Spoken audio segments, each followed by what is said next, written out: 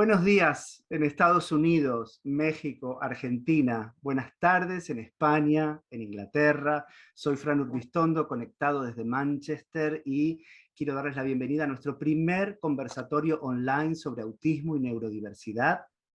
Esta es una invitación a un espacio abierto para protagonistas, para madres, padres, abuelos, familias, profesionales de la salud, de la educación, acompañantes terapéuticos, estudiantes, personas interesadas en escuchar y hablar sobre autismo y neurodiversidad.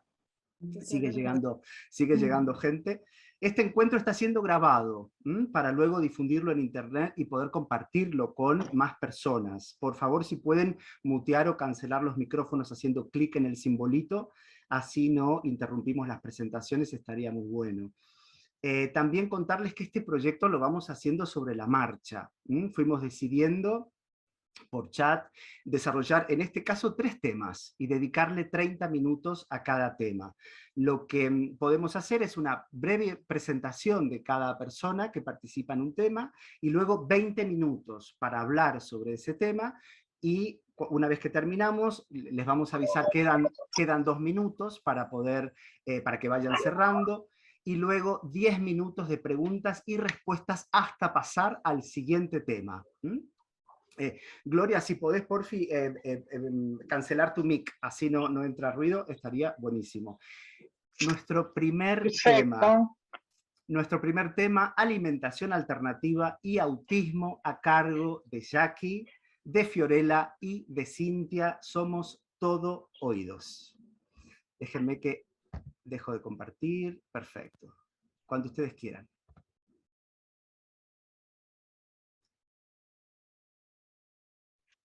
¿Qué tal? Buenos días. Hola. Hola a todos. Bueno, yo soy Jackie. Muchas gracias, Francisco, muchas gracias a todos. Y la idea es comenzar a hablar de un tema que es bastante controvertido, ¿sí? Para muchos papás, para muchos terapeutas, en general es un tema bastante álgido. Bueno, yo soy mamá de un joven con autismo, ¿sí? Que tiene 22 años, y formo de un grupo de padres acá en la ciudad de La Plata, en Argentina, que hace 15 años venimos trabajando y tratando de generar y hacer un montón de cosas para el beneficio de los chicos, ¿sí? Estoy acá, bueno, con mi hija, que ahora ella también se va a acercar a la computadora, que se dedica, hace años que viene estudiando y viendo todo este tema de la alimentación, bueno, y con otra mamá que va a hablar a continuación mío, ¿sí?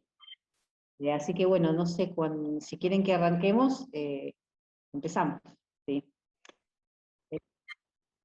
Por ahí es bueno preguntarse por qué hablar de alimentación, ¿sí?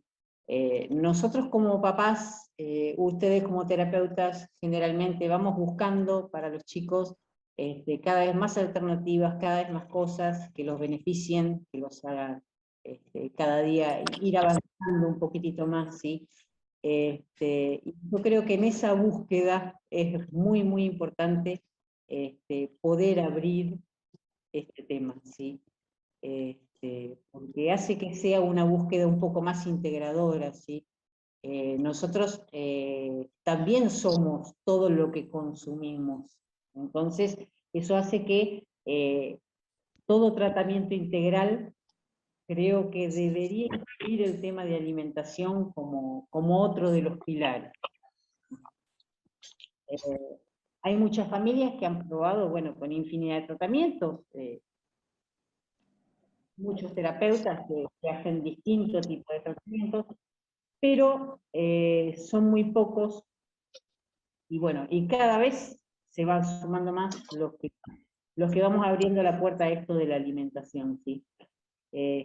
Como algo que es posible generar un cambio hacia una alimentación más saludable, algo complementario, Y en este camino, los que lo hemos iniciado, hemos encontrado y nos hemos dado cuenta de la importancia que tiene.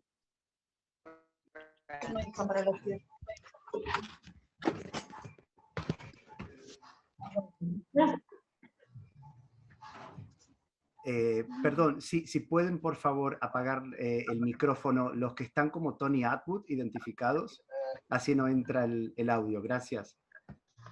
Perdón, Jackie. No, no hay problema. Bueno, la alimentación está relacionada a la absorción de nutrientes, a la absorción de cosas que al organismo le hacen bien, pero también está relacionada a la absorción de toxicidad, ¿sí? A la absorción de cosas que al organismo no le hacen bien, ¿sí? También está relacionada a la microbiota, que cuando uno tiene cosas dentro del organismo que no hacen bien, esta microbiota está alterada y produce no solamente enfermedades a nivel intestinal, sino a nivel de todo el organismo, ¿sí? Hay muchísimos, y cada vez hay más de investigación donde demuestra cómo esto en personas con autismo está muy alterado, ¿sí? Entonces por ahí lo bueno sería poder empezar a pensar desde otro lugar, a poner otra mirada diferente, empezar a leer, a investigar, a escuchar, como para ir recopilando información e ir viendo y cada uno ir haciendo su camino de conocimiento en relación a este tema, ¿sí? Discúlpenme, pero he estado estos días bien gripada. Así como recién dije que nosotros absorbemos nutrientes, pero también tóxicos, bueno, ¿qué pasa con esos tóxicos que nosotros absorbemos? Esos tóxicos influyen a nivel sistema nervioso central, esos tóxicos influyen a nivel del sistema inmunológico, porque el sistema inmunológico tiene base en el intestino, y es el que conecta todo el organismo. Entonces, fíjense ustedes todo el daño que se puede producir con lo que nosotros consumimos, ¿sí?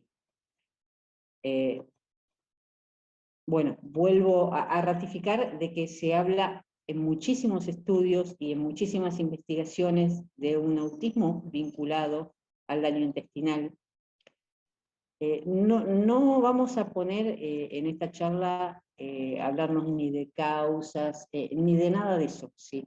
Sino de la posibilidad de poder pensar que si en un organismo que no tiene ningún problema y consume alimentos que no le hacen bien, puede producir una serie de trastornos, ¿por qué no en las personas con autismo que tienen, según muchas investigaciones, un montón de problemas, ¿por qué no les va a hacer mal también? ¿Sí? ¿Y por qué no, si modificamos todo eso, no podemos emprender un nuevo camino hacia un poquito de vida un poco más saludable? ¿Sí?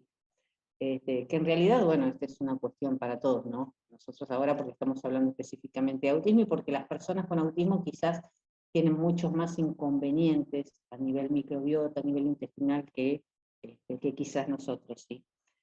Pero bueno,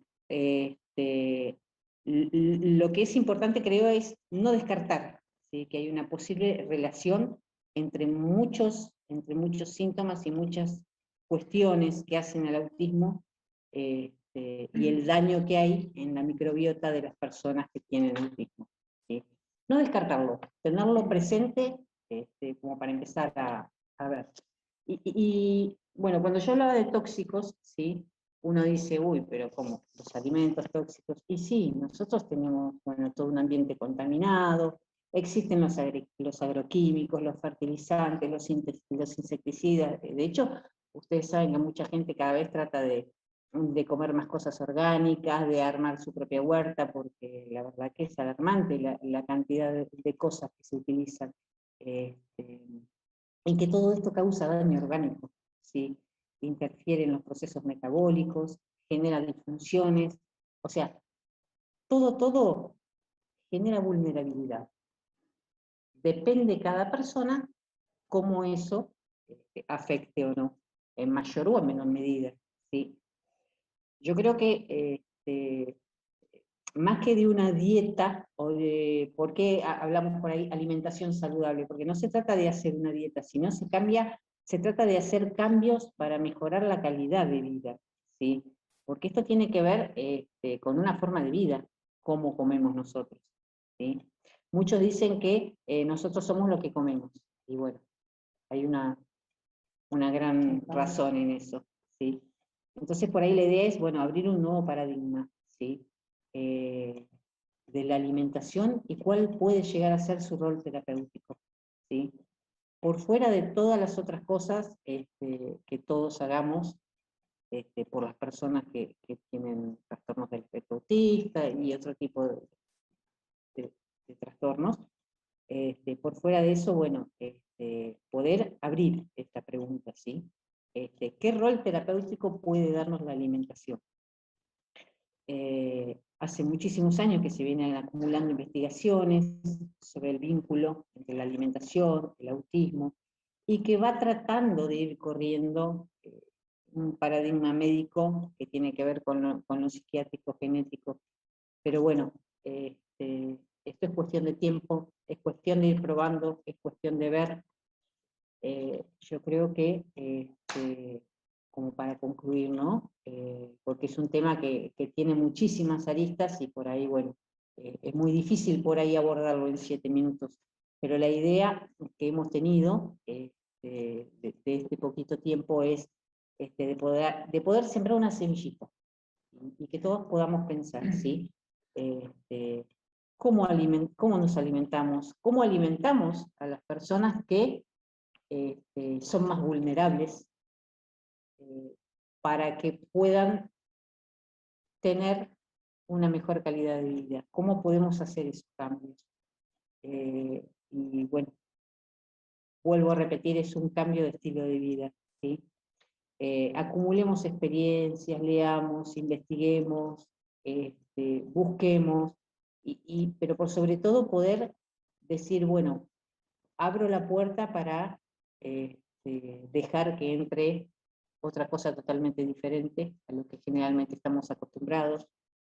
De hecho, caseramente muchas veces nosotros decimos, bueno, a los chicos pequeños no le demos mucho azúcar porque si no después los tenemos muy arriba, les cuesta dormir, se ponen hiperactivos. Bueno, eso tiene que ver con todo lo que estoy hablando. Es un ejemplo mínimo que todos los conocemos y bueno, y que tiene mucho que ver con todo esto. Y bueno, es un cambio que requiere, primero, bueno, transformar nuestra cocina, ¿sí? Segundo, poder pensar qué cosas nos hacen bien y qué cosas nos hacen mal a nosotros, a nuestros hijos. Poder armar menús, porque, o sea, siempre todos estamos apurados, tenemos muchas cosas para hacer, entonces, bueno, por ahí poder organizarnos nos ayuda, y son cambios que hay que hacer de forma muy gradual, porque es la mejor manera de hacerlo, ¿sí? Muy de a poco. Así que bueno, yo le voy a dejar la palabra a Fiorella para que especifique más algunas cuestiones. Muchas gracias. Hola. Hola, ¿qué tal? Soy Fiorella, buen día. Bueno, un poco siguiendo el hilo de lo que venía hablando mi mamá sobre la alimentación, bueno, la dieta sin gluten, que es la dieta biomédica, la más conocida en el autismo, es fundamental para mejorar la calidad de las personas que están dentro del espectro, ¿sí? Hay varios estudios que demuestran la presencia de intolerancias a las proteínas dietarias, ¿sí? Por eso se utiliza una dieta que es libre de gluten, de caseína, de soja y básicamente de ultraprocesados, ¿sí? Baja en azúcares, sin aditivos, sin colorantes. Obviamente que cada dieta, cada chico se va a adecuar según la situación orgánica en la que se encuentra, ¿no? Pero básicamente la dieta se basa en eso. La alimentación, nuestra dieta habitual, está formada por distintos tipos de sustancias. Con esto me refiero a vitaminas, minerales, hidratos, proteínas. Bien, para que todas esas sustancias en nosotros sean asimiladas por nuestras células, deben sufrir un proceso de degradación, ¿sí? Se inicia ese proceso en la boca y termina en el intestino delgado. En el intestino delgado hay unas vellosidades, las cuales van a absorber esas sustancias y van a ser, a través de la sangre, depositadas en el organismo, ¿sí? No todas esas sustancias que son ingeridas tienen el mismo tamaño, ¿sí? Las proteínas, que son moléculas grandes, necesitan para poder desdoblarse de enzimas. Ahora, ¿qué pasa? Las personas que tienen autismo y otros tipos de patologías del neurodesarrollo tienen deficiencia enzimática, por lo general, ¿sí? Entonces, al tener esa deficiencia enzimática, no pueden desdoblar esas proteínas y no pueden ser absorbidas y transportadas como lo puede realizar cualquier otro tipo de organismo, ¿sí? Ahora, los péptidos que se derivan de todo lo que es la caseína, que son las casomorfinas, y del gluten, que son las gliadomorfinas, lo que generan al llegar al cerebro es un efecto similar al de los opioides, ¿sí? Generando, bueno, una cierta, no me sale la palabra ahora, una adicción, digamos. Adicción, sí. Bueno, entonces, teniendo en cuenta todo esto, al no poder desdoblar este tipo de proteínas, lo que se recomienda es suprimir de la dieta de las personas con autismo la caseína, que es la proteína de la leche, el gluten, que es la proteína de, digamos, todo lo que es trigo, avena, cebada y centeno. En realidad, la avena no tiene gluten, pero en Argentina se procesa de cierta manera en la cual se contamina y tiene trazas de gluten. Por eso también se elimina. Y bueno, y todo esto se puede sustituir, ¿sí? Todo lo que es lácteo se puede sustituir, en el caso de la leche, con bebidas vegetales, ¿sí? De coco, arroz, papa, almendra, bueno, hay un montón. Y en el caso del trigo se puede sustituir todo lo que es avena, cebada, centeno y trigo por diferentes granos, ya sea mandioca, arroz, sorgo, garbanzos, bueno, entre otros, hay miles. Lo que sí se tiene que tener en cuenta es, como dijo mi mamá, que para realizar este tipo de dieta se debe suprimir primero los lácteos o primero el trigo y luego lo otro, pero siempre poco a poco, paulatinamente, recordando que las personas van a empezar a sufrir un síndrome de abstinencia al hacer esto, ¿sí? Teniendo conductas disruptivas.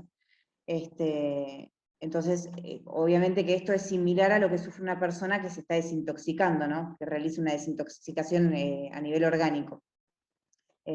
Bueno, y resumiendo, a grandes rasgos, eso es lo que sería la dieta para las personas con autismo. Bueno, yo quisiera agregar algo, hablando de experiencias, y quizá uno cuando le dice, no, mira, fíjate que las personas con autismo tienen un alto nivel de toxicidad, las personas con autismo tienen permeabilidad intestinal, lo que hace que todo vaya a la sangre, las personas con autismo esto, lo otro, uno al principio como que demasiada información y dice como padre, wow, no puede ser tanto de todo esto. Y la verdad que no solamente a mí, sino que a muchas otras personas que conozco, que tienen sus hijos con autismo, hemos empezado a hacer un camino. Hemos empezado a hacerles estudios y a poder comprobar estas cosas. Si ustedes vieran los resultados que a mí me dieron de mi hijo en relación a todo lo que es la toxicidad de su organismo, es impresionante. Es de no creer, la verdad que es de no creer. Entonces, por eso, la idea es, bueno, empecemos a abrir la cabeza. A veces algunos tardamos un poco más, otros no, somos más rápidos para ese tipo de cambios, pero la verdad que hay mucho de cierto en todo esto. Se han producido muchos cambios en muchos chicos, y bueno, de hecho en Argentina hay muchos movimientos, muchas agrupaciones, muchas instituciones que se dedican específicamente a esto, Así que bueno, abrámonos a este nuevo cambio. ¿Sí?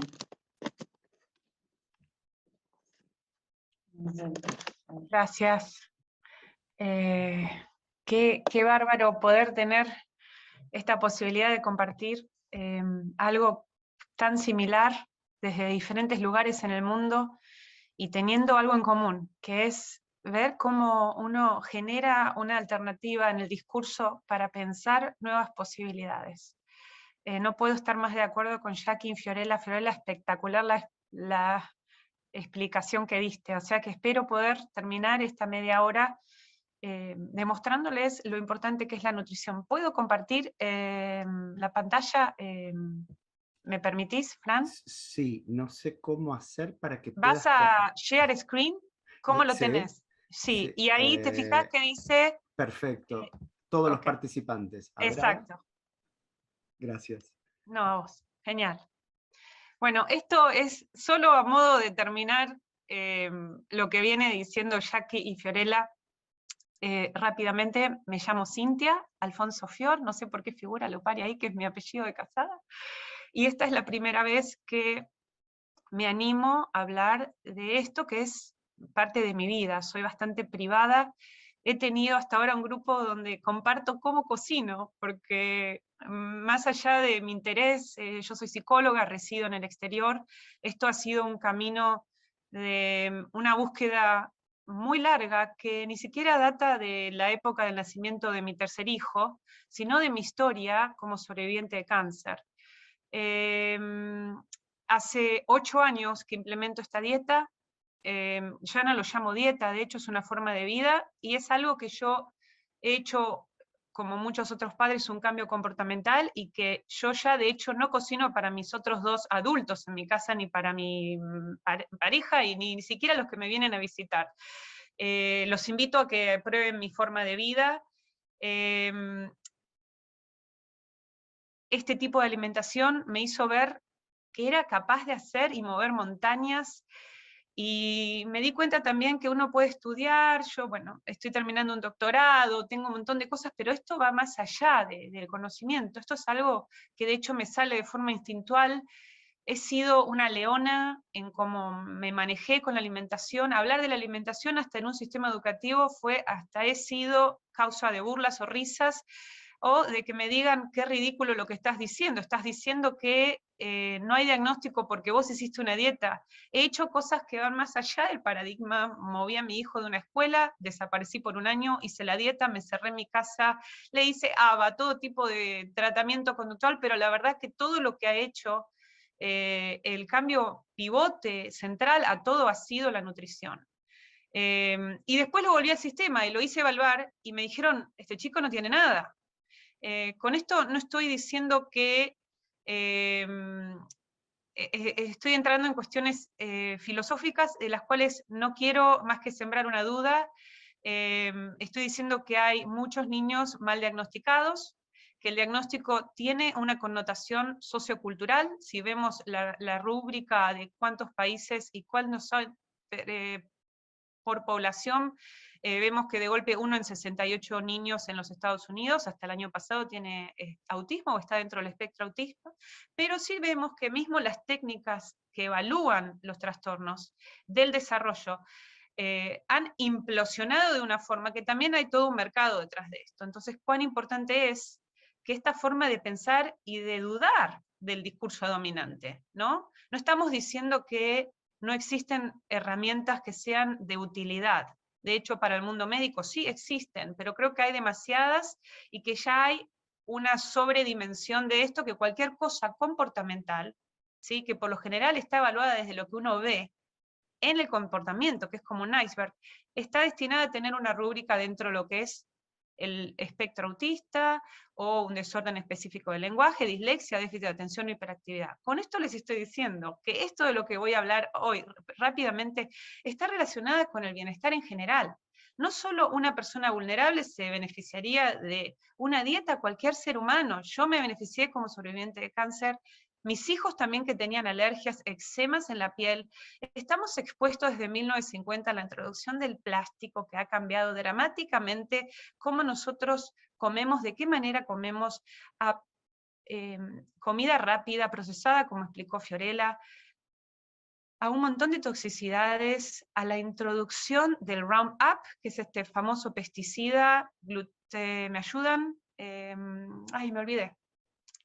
Bueno, saben del que estoy hablando, ¿no? Ya me va a salir, el famoso pesticida del Monsanto, ¿sí?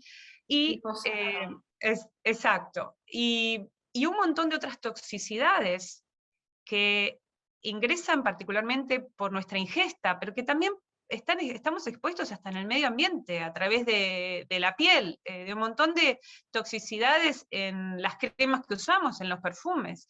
Con esto no quiero hablar de eso hoy, pero les cuento que trabajo en la huerta con mi marido, esto es un cambio de estilo de vida, es cerrarse un poco al mundo y crecer y conectarse con la naturaleza y ver que en realidad existe otra forma de ver las cosas, y de reencontrarse con nuestros hijos, de decir, bueno, esta es mi llama y yo la haré, yo lo digo en inglés, this is the light of mine and I will make it shine.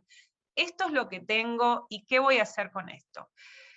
Me encontré con muchas frustraciones, yo nunca cociné en mi vida, jamás, y hoy tengo los miércoles, que es el día que 4 horas ya las tengo bloqueadas, trabajo full time, estudio un doctorado, tengo todas las obligaciones que tiene cualquier padre, pero tengo esta otra que es cocinar casi todo de forma casera. Es verdad que se me facilita la vida por vivir en los Estados Unidos, cocino con almendras, sigo la dieta de, de Natasha McBride. El libro, si lo quieren buscar, se llama GAPS, el síndrome psicointestinal. Y bueno, no voy a ir sobre esto porque ya habló Fiorella rápidamente, pero les cuento que tenemos una flora esencial y beneficiosa, que es la que supuestamente nos cuida, fundamental en nuestro sistema inmunológico. Tenemos una flora oportunista, que son estos diversos microbios que crecen más cuando hay un pH ácido en nuestro estómago, que son oportunistas, claro, como lo dice la palabra, y que pueden ir desde levaduras hasta cándidas, hay un sinfín. La ciencia hasta ahora descubrió unos 500 especies. Y después está la flora transitoria, que es la que nosotros ingestamos a través de comidas, nutrientes y todas, que claramente está relacionada con cómo afecta a la flora esencial. Cuando la flora esencial está dañada, por las razones que ya explicó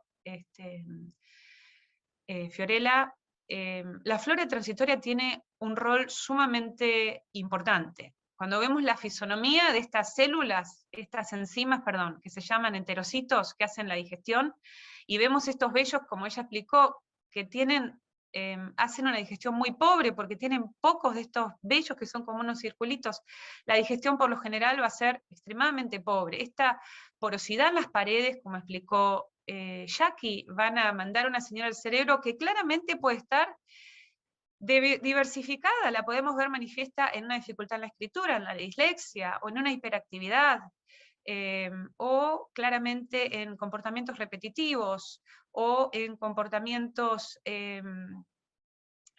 ¿cómo le llama? Starborns, un niño que no acepta el cambio, lo que nosotros comúnmente denominamos como el espectro. Mi idea hoy, más que hablar de la flora, es mi parte, es invitarlos a que sean sus propios detectives, es pensar un poquito cómo hacemos advocacy. Les cuento una experiencia, hace exactamente 3 años en las Naciones Unidas, estuve 15 días por otro motivo en la Organización Mundial de la Mujer, y asistí a 4 horas de un simposio que dieron unas mujeres extraordinarias de la Asociación Africana de la Alimentación. Y ellas contaban cómo desde el 2007, con la llegada de Monsanto a África, que formó parte de un monopolio, ¿sí? Compraban los territorios, les vendían las semillas, el pesticida, y les daban unos microlands, unos microcredits, unos créditos para comprar los tractores. Fíjense cómo capturaron el todo, ¿sí? Ellos no solo empezaron a notar diferentes digamos, los productos eran diferentes, si bien no tenían, escuchen esto, no tenían los yuyos, que son los que la gente elimina, ¿sí? Hubo un crecimiento explosivo, pero aumentó un 350% los índices de cáncer. Con esto yo les estoy invitando a que piensen por qué una tierra virgen como la de África, porque si bien es árida, hasta ese momento no había tenido la inversión extranjera o la explotación o la introducción de agrotóxicos en esos campos vírgenes, genera una causa colateral, ¿sí? Como si fuera un daño colateral relacionado con la salud. No es gratuito. Si yo mato un yuyo, pensemos un poco, ¿por qué no voy a modificar un trigo, una cebada? ¿No? Eso es sentido común. Lo que quiero transmitirles con esto es lo importante de que ustedes sean los guardianes de su propia salud. El médico no deja de ser también parte de un sistema dominante.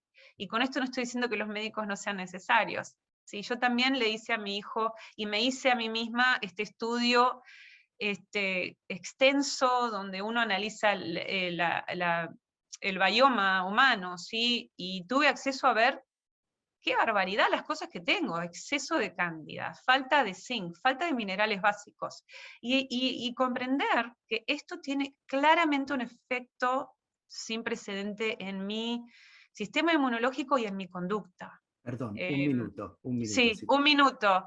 Bueno, nada, creo que terminé por hoy, hablé un montón rápidamente. La idea, como dijo Jackie, es dejarles esta duda.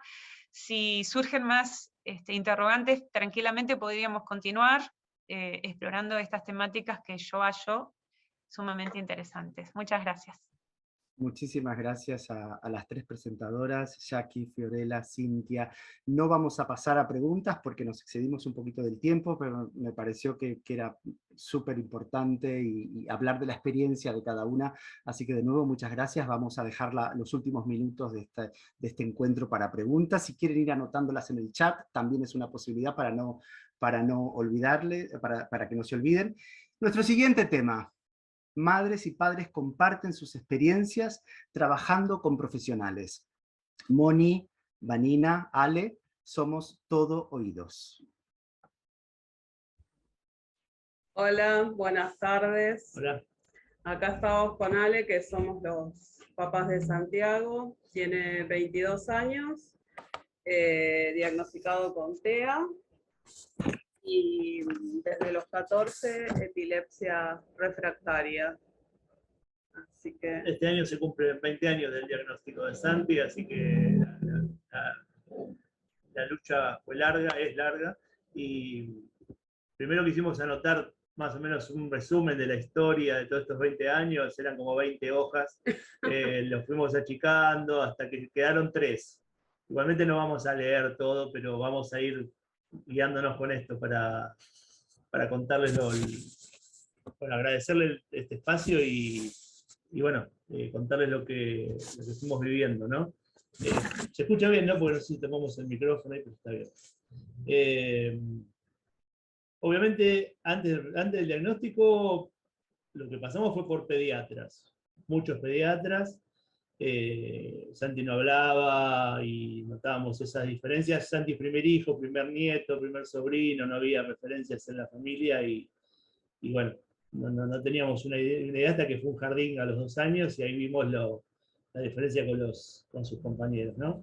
Bueno, los pediatras obviamente lo que decían siempre, no, cuando tengo un hermanito, los varones son más vagos, ya va a hablar, no rompan, tenga otro hijo. Así que, bueno, todo eso fue primero pediatras.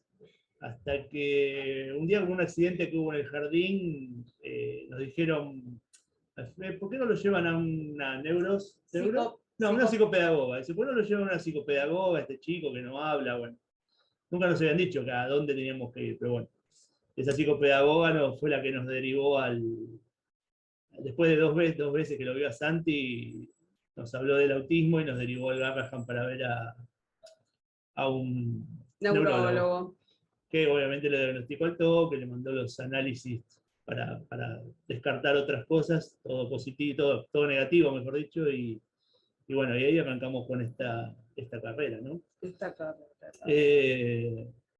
Bueno, en ese lugar, en el Garrahan, nos dijeron que Santi tenía que ir a un jardín común.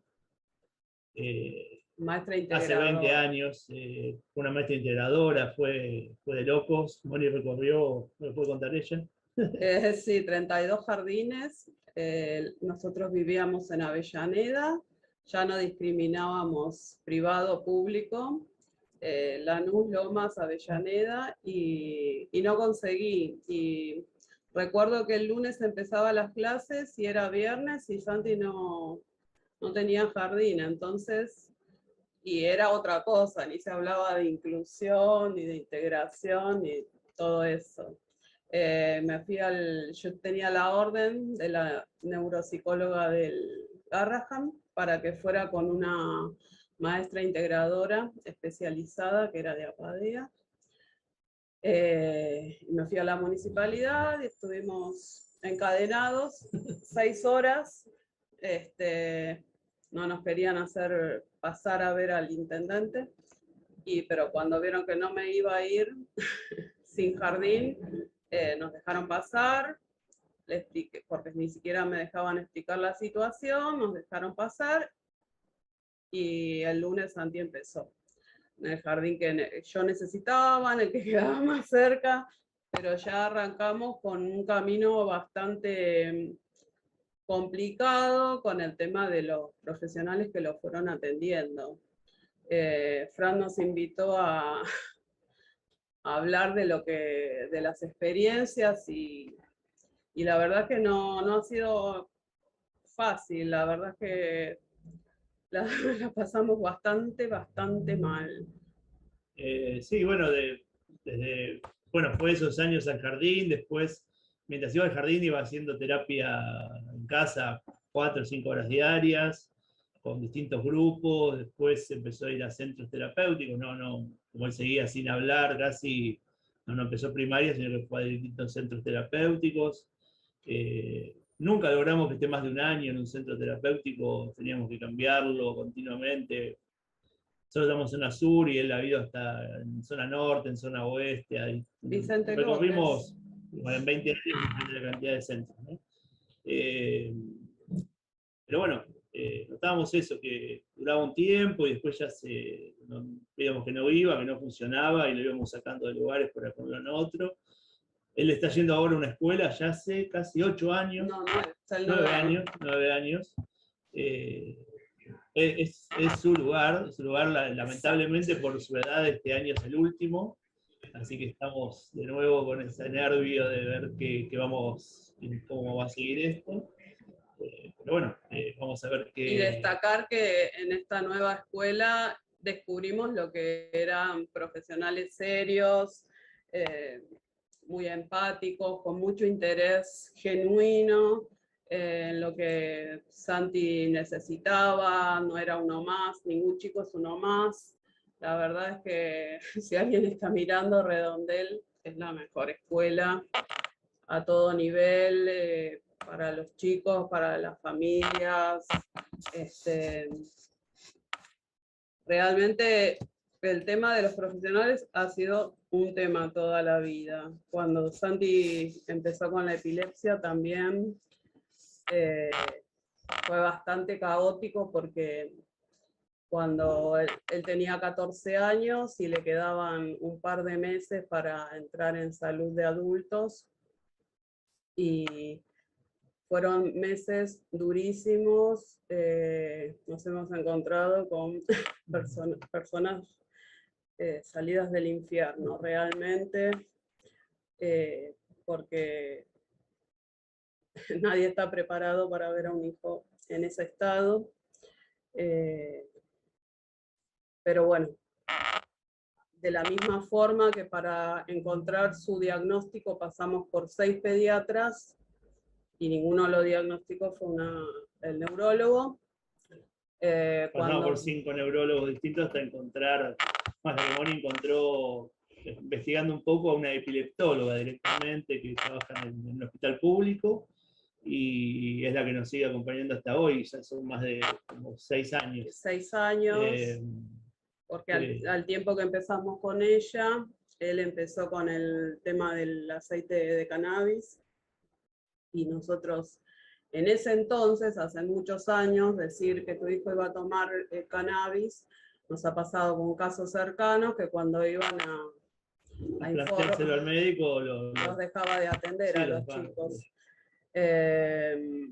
Y no, con esta doctora la verdad es que eso rescatamos. Nos acompañó desde el primer día. Nos acompaña, tiene interés, sabe quién es Santi, no es un nombre en una planilla, ¿no? Es una persona totalmente comprometida. Yo rescato esas cosas. Santi el año pasado tuvo una crisis mientras se duchaba y se abrió el cráneo. Imagínense la situación de ver a tu hijo, verle el cráneo a tu hijo desde afuera. Tener que esperar 1 hora la ambulancia porque no lo podíamos mover por el médico que nos atendía por el teléfono. Y después llegar a la guardia y nos atiende el jefe de guardia que lo quería coser sin ponerle anestesia, así que se la aguante.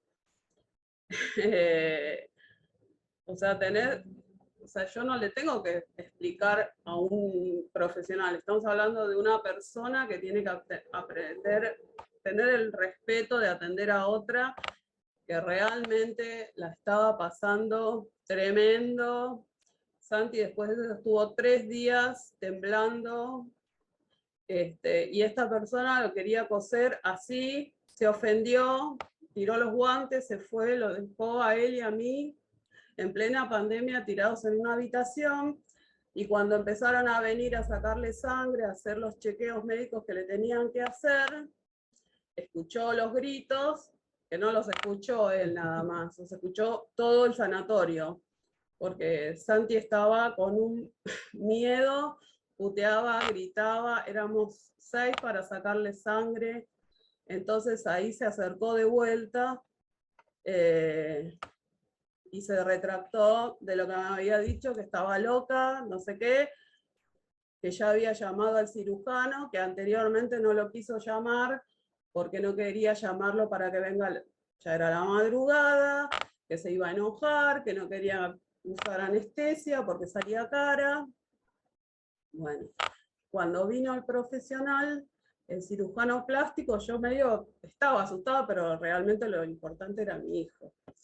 Me dijo, señora, yo soy el doctor López, yo la verdad no sé nada, nunca, no conocí a una persona con autismo, no tengo idea, dígame lo que tengo que hacer y yo lo hago. Una persona que no tuvo ninguna formación para tratarlo, pero le habló con un respeto y en ese momento que esa persona supo que Santi estaba pasando el peor momento de su vida, que sus padres por supuesto también, pero tuvo en consideración el momento que él estaba pasando. Me dijo, Santi, yo te voy a ayudar a que te sientas bien, hazte de cuenta que te voy a poner la vacuna, le puso la anestesia, le fue hablando, se pusieron a hablar de los 15 de mi sobrina, le hizo pedir el regalo, ropa, zapatillas, todo, y ahí le cosió toda la cabeza. Entonces yo a veces pienso que no es solo formación, tener mucho estudio, sino también tener la mejor voluntad y respeto por lo que uno hace y por lo que uno hace con el otro, ¿no? Eso me parece que es realmente lo más importante cuando uno está tratando con personas, no sé, con autismo, autistas y su familia, porque no es solamente la persona, es todo un grupo al que se está tratando y que merece todo el respeto del mundo. Eso. Cuando Fran nos propuso esto, bueno, Moni, que está más con el tema de las redes y eso, preguntó en el Facebook, porque obviamente tenemos en tantos años, mucha gente que está en el tema, y padres y madres y profesionales, y ella hizo una pregunta básica de qué es lo que esperan de los profesionales que atienden a sus hijos o ustedes mismos, ¿no? Y bueno, no, fue terrible ese posteo, no sé cuánto, no sé, como 500 comentarios, una cosa así. Y obviamente que no lo vamos a leer, pero algunas palabras que surgieron de ahí, dice, bueno, ¿qué es lo que pretenden los profesionales, ¿no? Y bueno, es interés, empatía, compromiso, que no sean un obstáculo, que no subestimen sus capacidades, que no presionen, que escuchen a los autistas, que escuchen a los padres, que sean pacientes, que sepan irse si la cosa no va, que se capaciten, que dejen las estructuras, que aconsejen desde la humildad, no desde el lugar de saber supremo, porque quienes más saben son los autistas y quienes convivimos con ellos. Que nos traten bien, básicamente. Gracias. Gracias.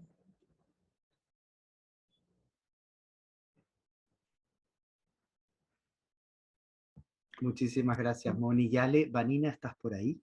Sí, estoy acá, estoy acá. ¿Qué tal? Hola, ¿qué tal? Buenas tardes. Yo soy Vanina, también de Argentina, mamá de Kirian, de un chico que tiene 15 años hoy.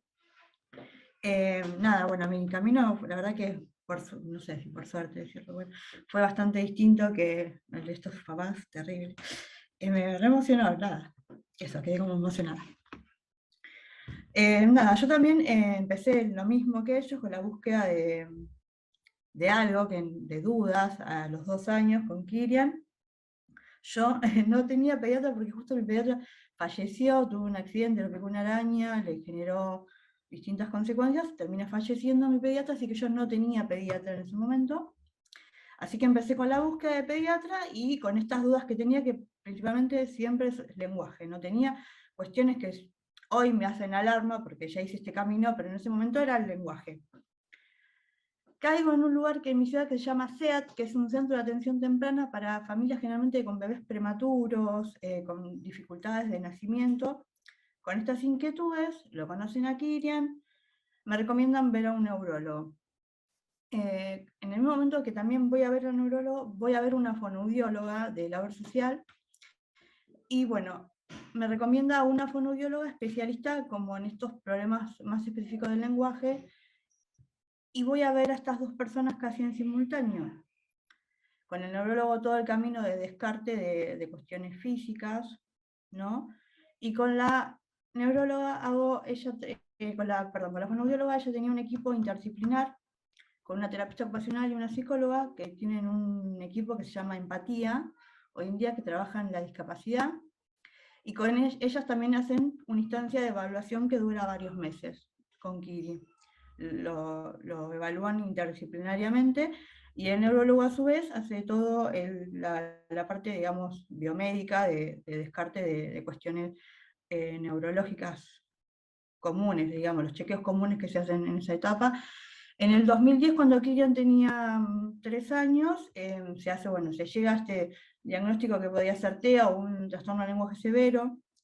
Más allá me dijeron del nombre que tenga este trastorno, o cualquiera de los dos tiene el mismo tratamiento, así que lo importante era tratar. Empieza a tratar con esta fonoaudióloga, empieza con terapia ocupacional, y sigue en el SEAT con esta maestra de atención temprana, y en el SEAT tenía como un mini jardín de 2 o 3 compañeritos. Sigue en el SEAT hasta que egresa, cuando él tenía 4 años, egresa del SEAT, y me conectan con APA de Bahía Blanca, que compartían justo el mismo edificio. Entonces Kirian pasa directamente del SEAT a APA de Bahía Blanca. APA de Bahía Blanca lo integra en sala de 3, cuando él tenía 4 años, y empieza el sistema educativo siempre acompañado, o sea, empieza con acompañante terapéutico, acompañado por la Escuela Especial Integradora PADEA, y con este equipo interdisciplinar que también hacíamos las 3 terapias. O sea, yo siempre hice todo mi camino acompañado por profesionales. Ese equipo interdisciplinar estuvo con Kirian desde los 4 años, 3 años, hasta que Kirian tiene 11 en el 2018, y creo que 11 años. O sea que yo hice todas las terapias con este equipo, me acompañaron básicamente muchísimos años de nuestra vida. Se hacía terapia ocupacional, psicología, que psicología lo que hacía era terapia cognitiva, básicamente resolución de problemas, no sé, acompañamiento del juego simbólico, bueno, y todas trabajaban en conjunto, teníamos las 3 terapias en simultáneo, a su vez teníamos reuniones semanales con las 3, donde se discutía cuestiones de casa y de Kirian interdisciplinarmente, y también se vinculaban con la Escuela Especial Apadea, de las cuales ellas también trabajaron en esa escuela y tenían vínculo. Entonces todo estaba conectado, todo el equipo estaba conectado de Kirian. En el 2018 se pide hacer una intervención, digamos, una interconsulta con Buenos Aires, con CIREF, creo que se llamaba, no me acuerdo bien. Y como no tienen, o sea, como no tienen una evolución diferente de lo que ellas venían haciendo, deciden suspender los tratamientos, menos terapia ocupacional, y incorporar psicopedagogía. Se incorpora a Dorina Vivier como psicopedagoga, que es la psicopedagoga que sigue hoy en día, y dejó de tener fonoaudióloga y terapeuta ocupacional. Él a su vez, aparte de seguir con esta escuela especial que estuvo integrado y ahora solamente sigue la escuela especial, hacía deportes muchas veces también estaban coordinados por las terapias, había una escalada, estaba coordinado por terapia ocupacional. Cuando él tenía 5 años se ingresa también al equipo una pediatra, que es especialista en autismo, que tiene una teoría también metabólica que acompaña, digamos, los discursos de las chicas que hablaron recién, del autismo. Si bien él no hace dieta estricta, se hacen estudios metabólicos de Kirian para ver la tolerancia, no sé, a las harinas y demás, y se gradúa la dieta según esos estudios, porque Kirian es muy restrictivo con las comidas. Entonces se incorpora también esta nueva mirada. Si bien comparte con el neurólogo tradicional, tengo esta pediatra que comparte, digamos, esta mirada metabólica del autismo. Y todo, la trayectoria de Kirian, digamos, educativa y como nada, dentro de este espectro, siempre fue muy acompañada por especialistas. Tuve también acompañantes domiciliarios, donde Ana Barbalace, la psicóloga que estaba en el grupo, fue acompañante domiciliaria de Kirian y fue acompañante en institución Apadea de Kirian, no me acuerdo si Apadea, no estaba integrada en ese momento. O sea, tuve de acompañantes dentro de las instituciones y acompañantes en casa también, que estaban supervisados por este equipo interdisciplinar también, que hacían bajadas, no sé, ensayo discreto, cuestiones específicas que estaban reguladas, digamos, por este equipo interdisciplinar. A mí como mamá también lo que yo le decía a Moni hablando es que me servía por ahí el tema de la escritura, que me den las teorías, las cosas de escrito, pues yo tenía 7 personas a veces que me coordinaban a mí semanalmente o más. Entonces, no sé, yo tenía que continuar con una determinada terapia de cepillado, bueno, cada 2 horas, cómo tenía que hacerlo. Todo eso, aparte de que se comunicaba realmente y que teníamos reuniones semanales, después me quedaba siempre en papel, porque yo tenía que releer eso, o después comunicárselo al acompañante domiciliario, o comunicárselo también a la maestra integradora, a la maestra especial, o al acompañante de la escuela. O sea, tenía siempre muchas personas que nos acompañaron. Entonces, para todas tener el mismo discurso, estaba esta instancia de mediadora, de comunicador, y yo tenía que tener toda esta información.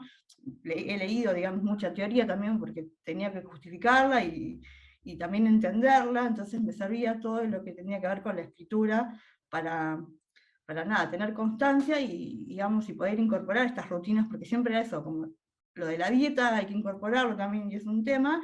Nada, todas estas cuestiones que tienen que ver con la discapacidad hay que incorporarlas a nivel familiar, como rutinas, agendas, no sé, el uso de PECs, demás. Entonces, cuanto más organizado y continuo por ahí en el tiempo, creo que mejor se incorpora y podemos generar mejores cambios, digamos, en la calidad de vida de estos chicos, de nuestros hijos.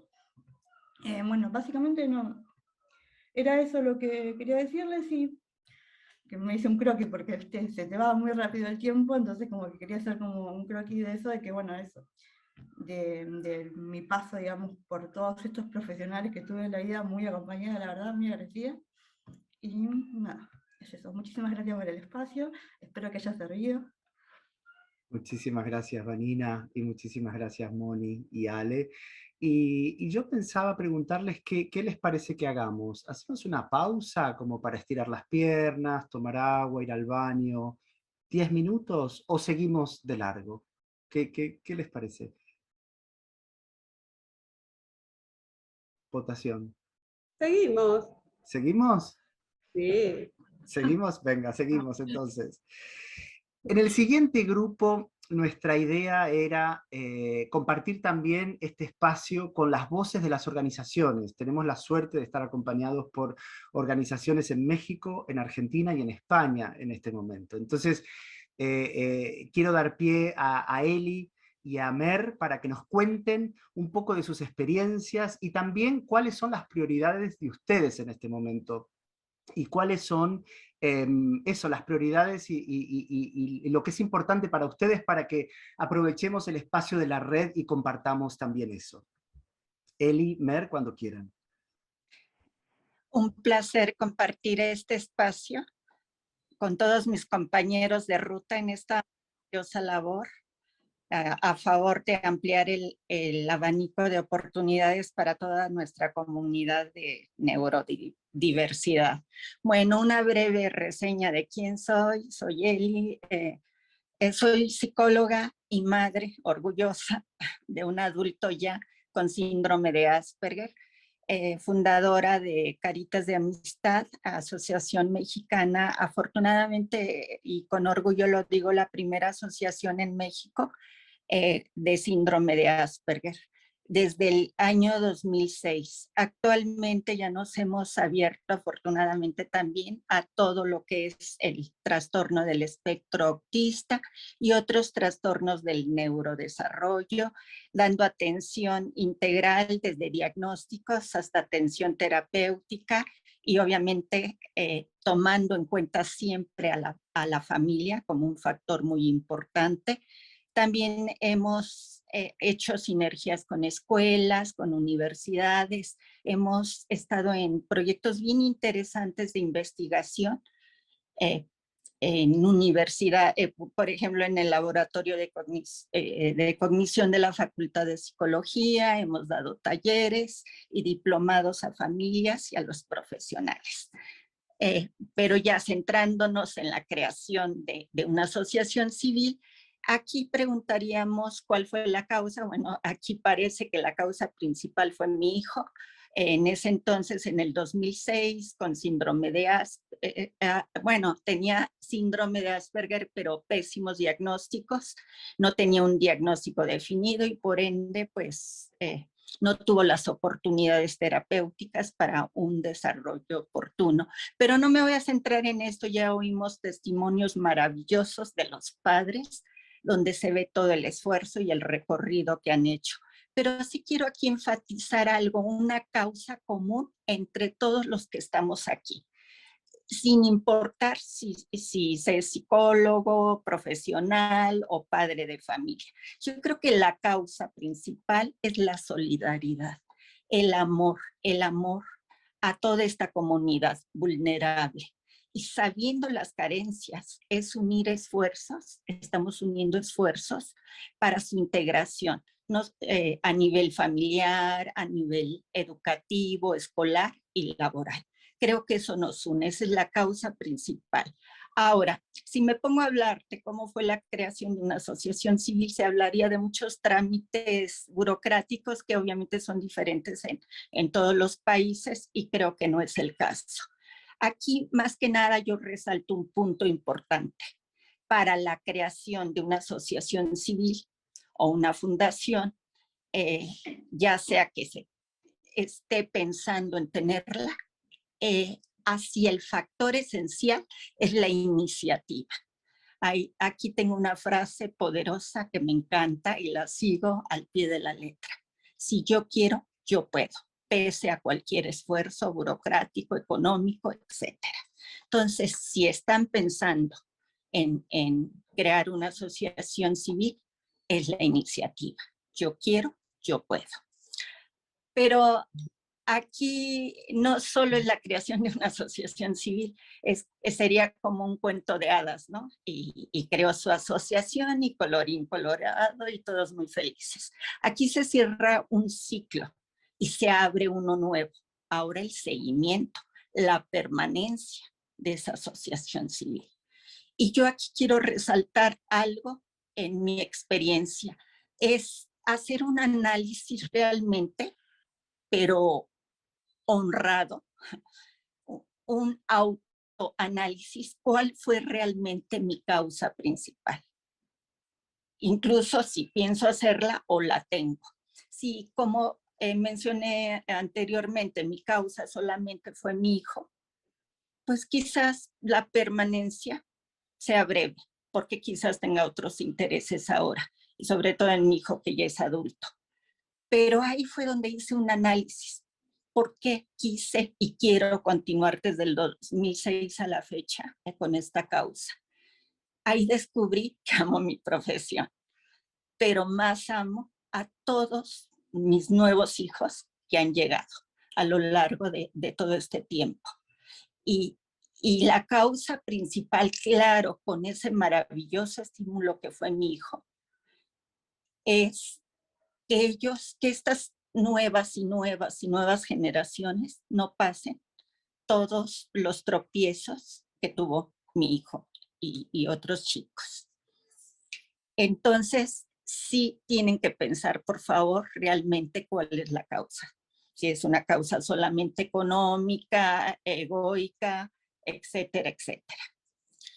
Bueno, ahora, hay 2 puntos que quiero resaltar que pensé en las conversaciones que he tenido con Fran y me ha hecho saber que muchas asociaciones tienen 2 inquietudes. Bueno, tienen varias, pero me quedé con estas 2 inquietudes. Una es la permanencia de los terapeutas. Hay mucha rotación porque sabemos que es un trabajo muy difícil, muy duro.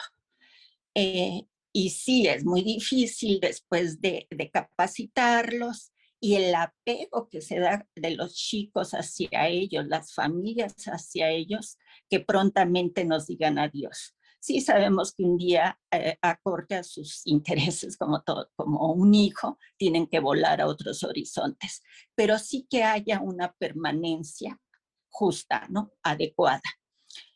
Aquí quiero resaltar que es bien importante que tomen en cuenta el perfil de la persona que va a ser el terapeuta. Por ahí lo dijeron, una mamita, no basta que tenga todos los títulos del mundo y todos los conocimientos del mundo. Eso lo puede adquirir con la práctica, con la capacitación. Sí es importante el perfil de la carrera para que cuente con los recursos adecuados, así como los valores de lealtad, respeto, etcétera.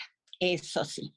Pero yo podría hablar de 2 bien importantes en mi experiencia y me ha dado resultado. Uno de ellos es la empatía. Y otra, el umbral de tolerancia a la frustración. Lo he visto con muchos chicos, incluso de servicio social, que son muy buenos, que tienen calificaciones 10 y su umbral de tolerancia a la frustración es bajita. Y por muchos deseos que tienen, no han podido hacer su trabajo. Entonces es bien importante porque ellos a la par van a transmitir esta empatía, desarrollar o incrementar en nuestros chicos la empatía a través de la teoría de la mente, por ejemplo, y sabemos que los chicos, nuestra comunidad vulnerable tiene un umbral de tolerancia a la frustración muy baja. Entonces no pueden dar lo que no tienen. Esta es una frase bien importante. Y otra inquietud por ahí que vi que me transmitió a bien Fran es cómo captar el interés de las familias para que se involucren en esta dinámica terapéutica. Bueno, cuando Fran tuve la suerte que trabajó acá en la dinámica familiar, obviamente es porque las mamás se enamoraban de él. Pero bueno, como no tenemos esa oportunidad de tener a alguien como Fran, hay algo también bien importante aquí, que es la empatía y el umbral de tolerancia a la frustración. Es lo mismo. La persona que trabaje con las familias tiene que tener empatía, no solo juzgar a los padres, ponerse en sus zapatos, saber por qué piensan así, por qué se enojan, por qué están con ese temor. y obviamente su umbral de tolerancia no debe decir, no me hacen caso, etcétera, etcétera. Esto es sumamente importante, que ellos puedan de esta manera, con esta empatía, transmitirle a las familias, los padres, lo importante que es que ellos participen, porque ellos van a ser un mecanismo bien importante en el desarrollo de sus hijos, porque hay que transmitirles la conciencia de que lo que los hijos vean en sus padres, en los ojos de sus padres, va a ser un punto súper importante para su desarrollo. Porque aunque los padres digan, no, yo no le digo nada, yo no le hablo de mis miedos, etcétera, etcétera, ellos lo perciben. El miedo, los temores de los padres, que va a ser de ellos, incluso en algunos casos la no aceptación. Entonces, esto es bien importante, pero realmente, si se dan cuenta, estamos hablando de puntos bien importantes, específicos, que es la iniciativa en todo, la empatía y el umbral de tolerancia a la frustración. Pero aquí quiero resaltar algo bien importante. Estas características no solo se las vamos a pedir a los terapeutas o a la persona que trabaje también con la familia. Esto es desde la guía. En este caso, yo. En mi caso, si yo no tengo empatía, si mi empatía solo es por mi hijo y no comprendo, ni siquiera, fíjense, también la empatía hacia los terapeutas. Ellos también tienen una vida privada, también tienen situaciones bien importantes. Entonces tenemos que tener también esa empatía, iniciativa y tolerancia a la frustración. Es un trabajo interno, es maravilloso porque es un espejo. Todo lo que está ocurriendo en la asociación con los terapeutas, con los padres, con los chicos, es mi espejo. Y es una gran oportunidad para que yo crezca como ser humano, no solo a nivel profesional, en todos. Bueno, sí, creo que ya fueron mis 10 minutos. Espero haber sembrado una semillita en este trabajo maravilloso que hacen todos. Y felicidades a todos.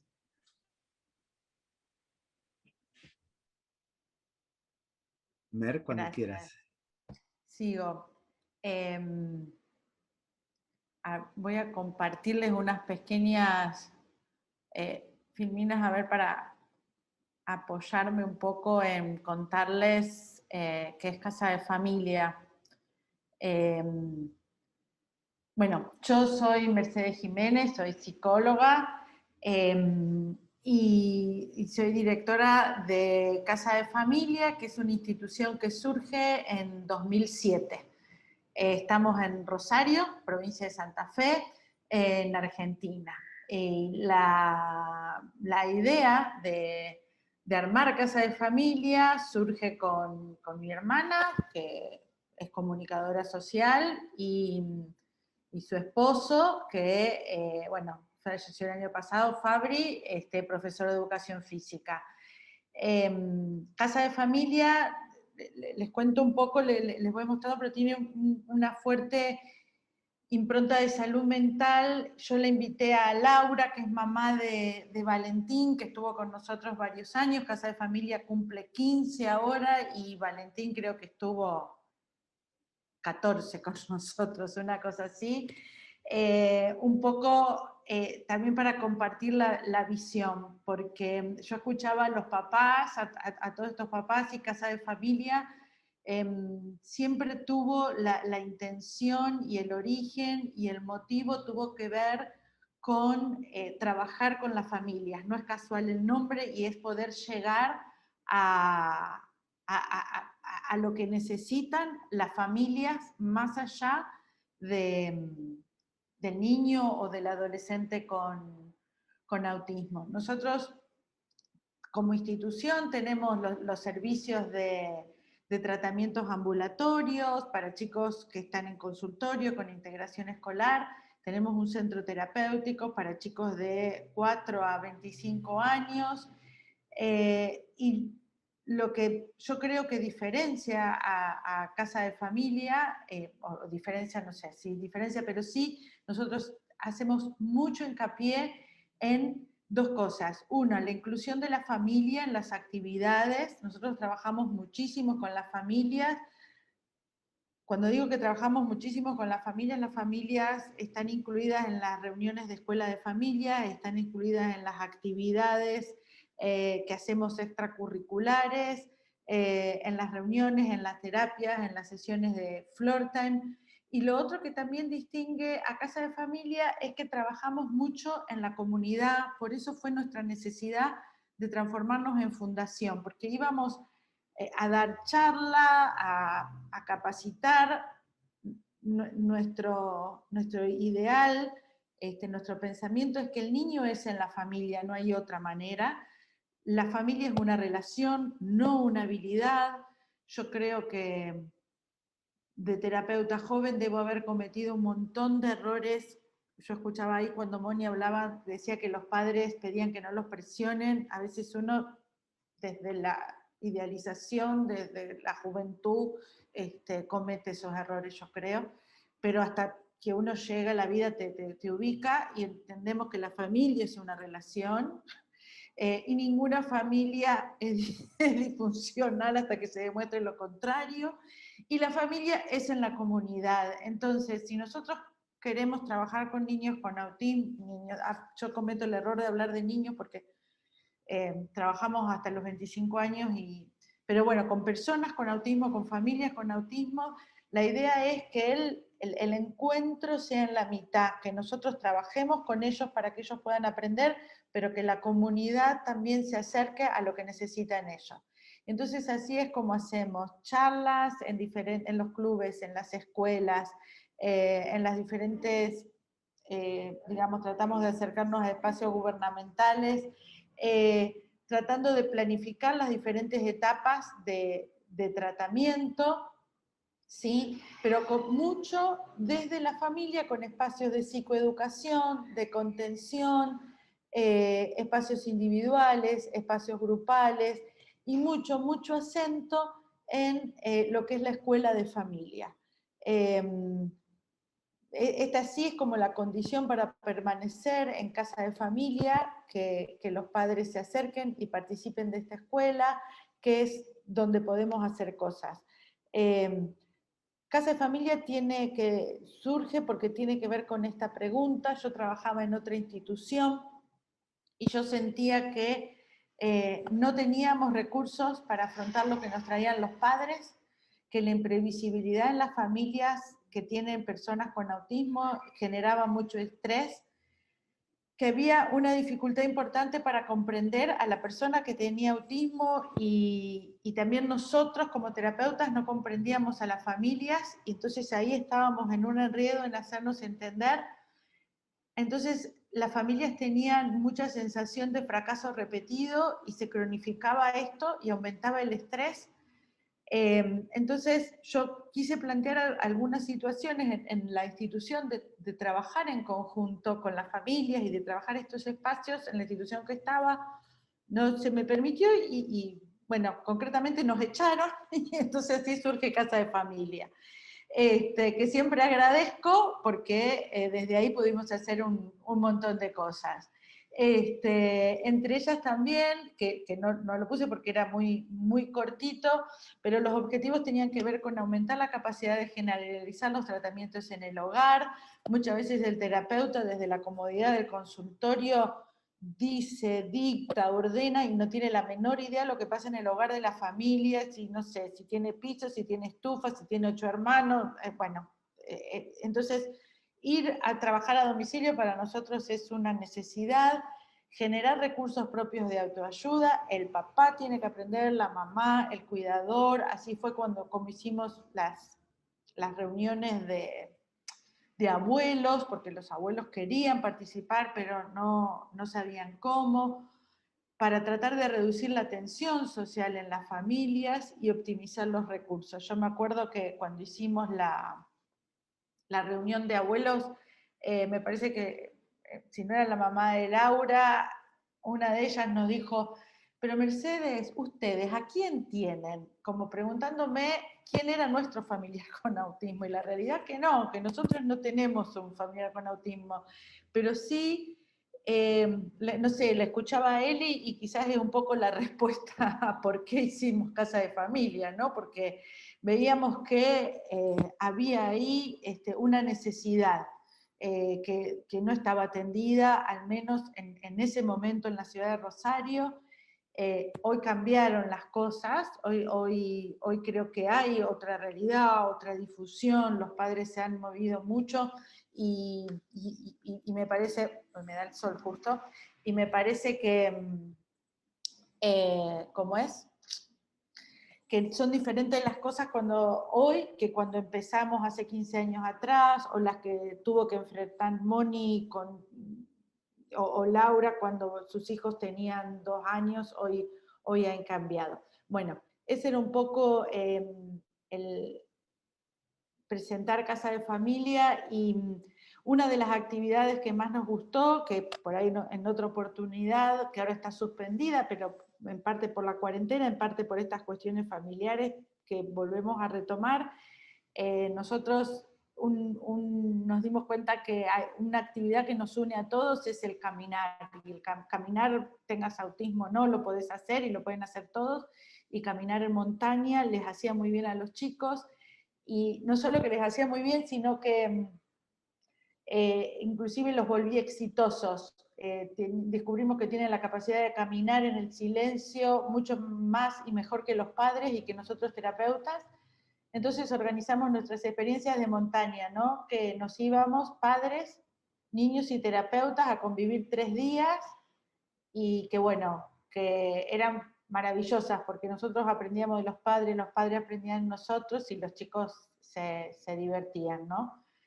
Cuarentena de por medio, toda esta situación se suspendieron, pero era una manera de concretar que el encuentro con padres y profesionales es posible, y no que tenemos que estar en bandos contrarios como a veces parece, ¿no?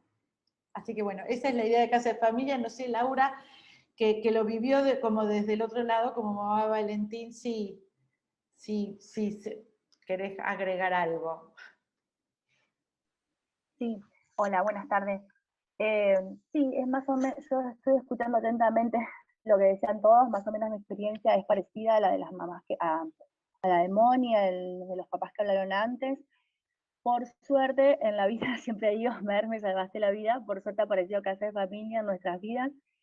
Y bueno, sí, la verdad que es eso, es encontrar la contención, es tener un lugar donde poder expresar y que el otro te entienda.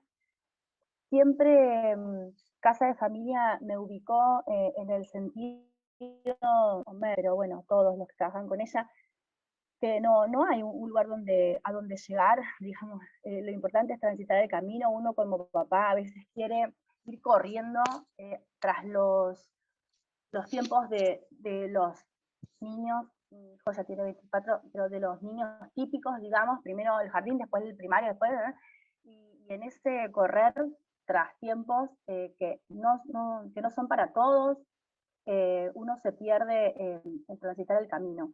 Y bueno, una de las cosas que aprendí con Mer y a la que ella hace mucho hincapié es esto: cada niño es diferente, cada persona es diferente, digamos, pero centrarnos en la atención que cada uno necesita, no hay que llegar a ningún lado, hay que transitar el camino de la mejor manera que se pueda. Y bueno, mi hijo ya no estaba en Casa de Familia este año porque cumple los 25, pero bueno, yo tomé un poco todo eso y un poco lo que decía la otra profesional que habló antes de Mer. Ella decía que todos son su espejo, y yo ahora estoy tratando de transitar otro camino y de pensar, las familias son constelaciones, digamos, nuestros hijos están en nuestras familias para algo, para que veamos algo, para que lo trabajemos, y entonces ahí estamos, tratando de transitar el camino, de ver en el día a día la felicidad y ir descubriendo las cosas que los chicos traen a nuestras familias.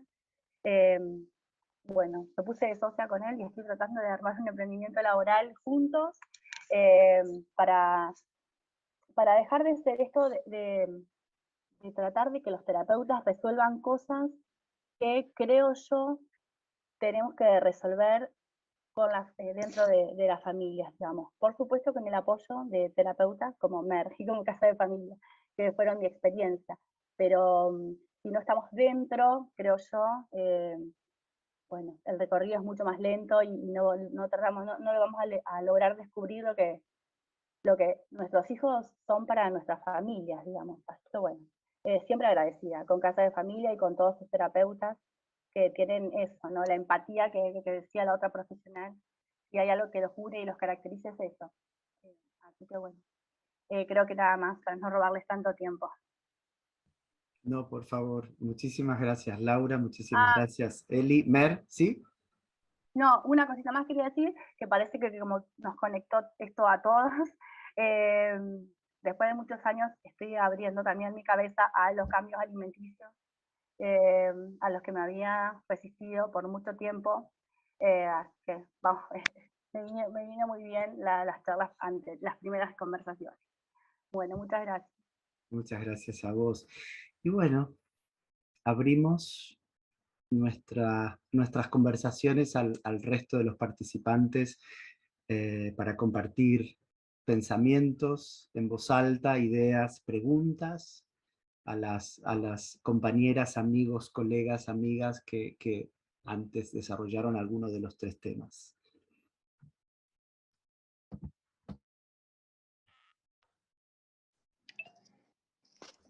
A mí me encantan los que expusieron. Me interesaría que se pudiera armar algo más profundo sobre el tema que trató Jackie con su hija y la otra persona, que no recuerdo ahora el nombre. Me parece súper interesante ese tema de la alimentación. Lo explicaron súper bien. Incluso creo que para epilepsia también está recomendada ese tipo de alimentación. Bueno, para todo, por lo que decía Cintia también, ¿no? Así que sí, estamos interesados en ese tema, obviamente. ¿Puedo hacer un comentario? Gracias. Jackie no puede estar acá, pero estamos en la misma línea. Sin duda que no han visto la parte culinaria, cómo lo hacemos, que es la otra dinámica, cómo lo implementamos, ¿no? Cómo introducir ciertos alimentos y reencontrarse con esos alimentos, desde las grasas naturales en las nueces, estoy pensando ahora en voz alta en la epilepsia, qué aceites evitar. Los aceites pierden su cadena de oligosacáridos cuando uno los calienta. ¿Eso lo sabíamos? No, nadie nos los contó. Hay cosas extremadamente tóxicas que sin duda podríamos tener una charla. Me llama la atención encontrarme en esta posición de hablar de cosas de qué hablo en la cena, o cómo organizo mi día, qué importante es el broth, que es lo que uno extrae del hueso de un caldo en un puchero, por ejemplo, y cómo uno incluye esas formas de cocinar, ¿no? Pero sin duda que podemos explorar eso y hasta contarles algunos secretos de cómo cocinamos. Pero quería hacer mención a algo que dijo María Laura Mer, vos la llamás, y es esto y que también está relacionado con la nutrición, de poder, bueno, agradezco el trayecto que hice, otros papás comentaron los obstáculos que tuvieron que pasar, y de golpe encontrarse con esto de decir, bueno, ¿cuál es la posibilidad de encontrarme con mi hijo? Más allá de todo esto, que en su momento me ayudó al diagnóstico, ayudó al mundo médico en el cual yo me manejé, pero ahora necesito estar a solas. Y de golpe dejar el diagnóstico de lado por un ratito para tener esa incertidumbre que me hace pensar que hay algo, que está esa luz en mi hijo y que quiero creer en él, ¿no? Hoy vemos que no hay barreras de ningún tipo. Hoy vemos que un padre, de hecho, puede ayudar a su hijo con síndrome de Down a abrir su restaurante. Lo he visto, es una historia acá en los Estados Unidos, sin duda con un seguimiento y con un monitoreo. Pero hoy no hay nada escrito de cuáles son nuestras posibilidades de acción en cuanto a lo que hacemos. Y para esto está este componente de ser advocates, de ser los primeros en representar a nuestros hijos. No hay nadie, no hay ningún médico, ningún profesional que pueda saber cuán lejos podemos llegar. Solo quería decirles eso.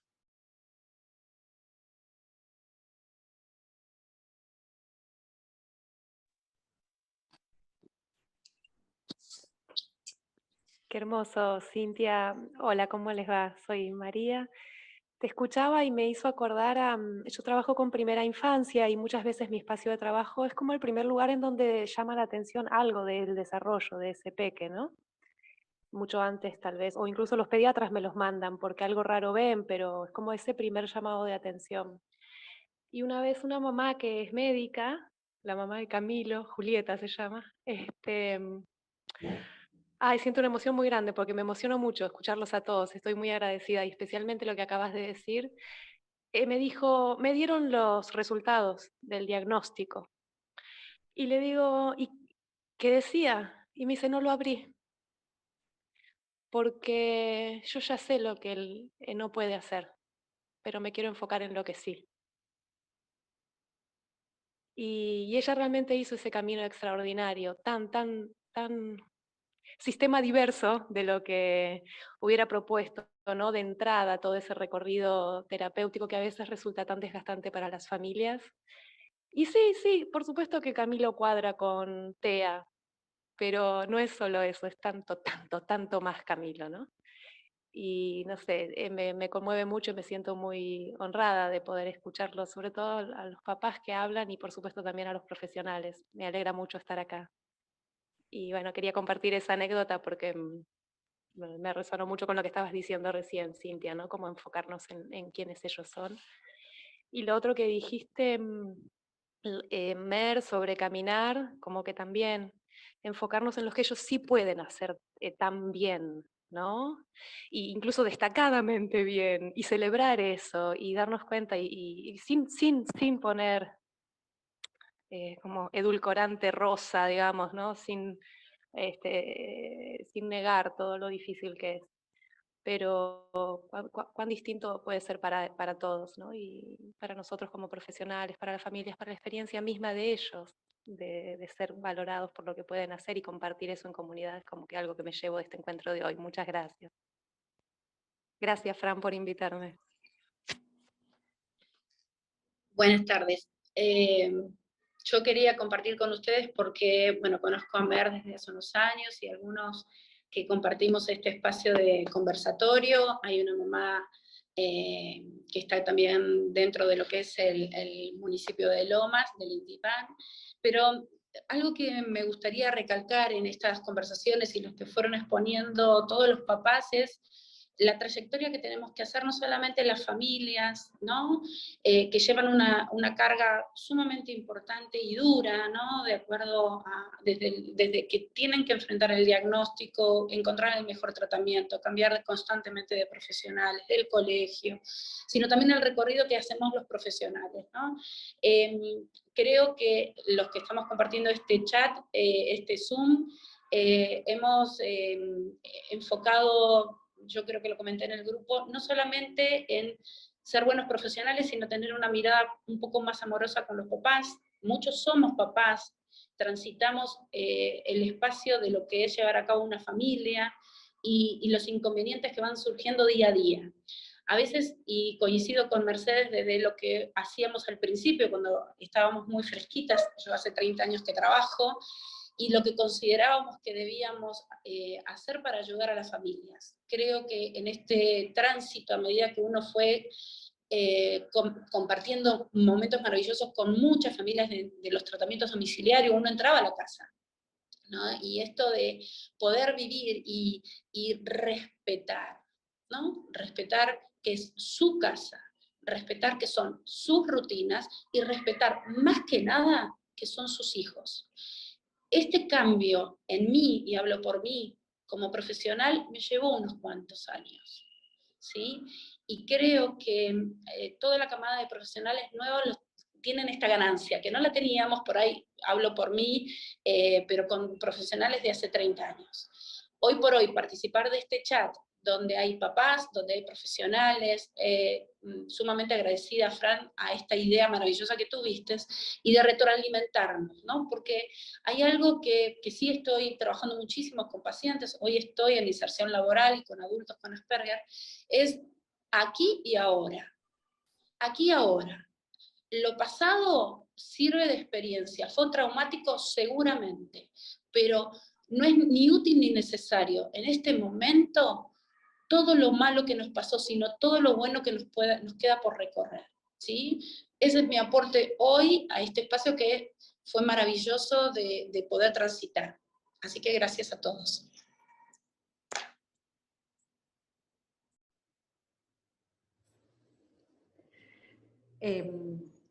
Realmente a mí me encanta poder participar del grupo y estar escuchando sobre todo a los papás. Y yo me sumo a la inquietud también de poder profundizar en el tema de alimentación. No sé, Jack y Fiorella dijeron al principio cómo, no me acuerdo bien la frase, pero era cómo transformar la alimentación en terapéutica o cómo que la alimentación sea terapéutica, una cuestión así.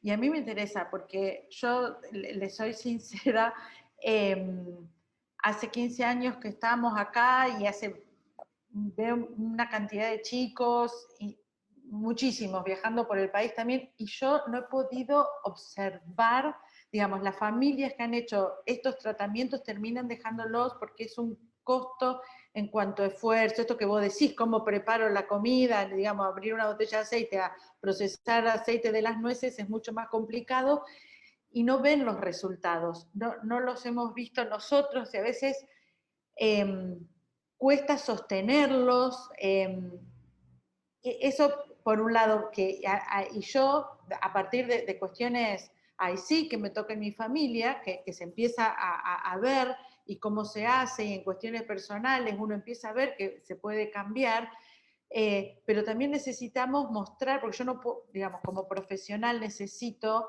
la base científica para poder sugerirle a una mamá una cosa o la otra. Y entonces a mí me interesa, porque todo lo que pueda servir para ayudar, obviamente que bienvenido, ¿no? Yo les recomendaría, si tienen acceso y está en español, es el libro de Natasha Campbell McBride.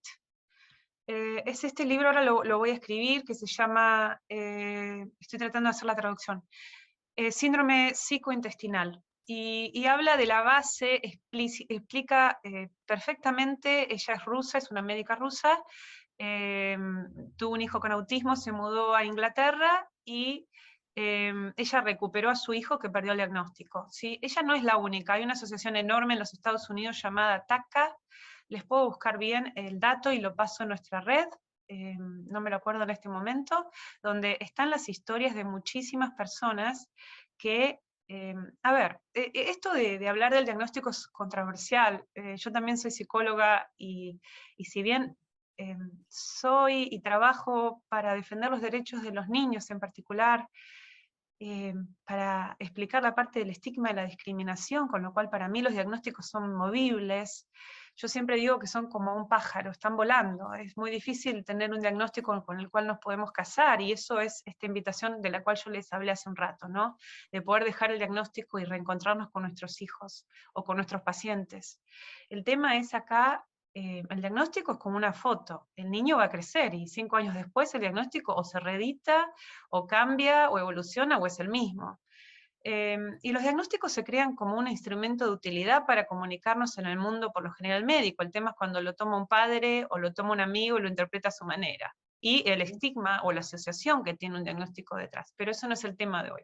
Lo que yo les quiero contar es que los diagnósticos, no digo son un chiste, pero los diagnósticos en algunos casos pueden cambiar. La nutrición ha hecho cambios abismales, es difícil de lograrla, pero hay muchísimos documentos que confirman la importancia de la alimentación. Y lo que sí quiero dejarles hoy es, por favor, lean el libro. El libro también trae cómo hacer algunos cambios. A ver, no es este el único, les estoy contando mi trayecto porque yo no estoy sponsoreando a nadie, pero si buscan en internet pueden ver hasta los mensajes de la gente en Amazon, los reviews en español de este libro que ahora les comparto, que fue de donde yo inicié este trayecto. Los cambios, alguien preguntó en el chat cuáles son los cambios que uno observa. Los cambios son dramáticos.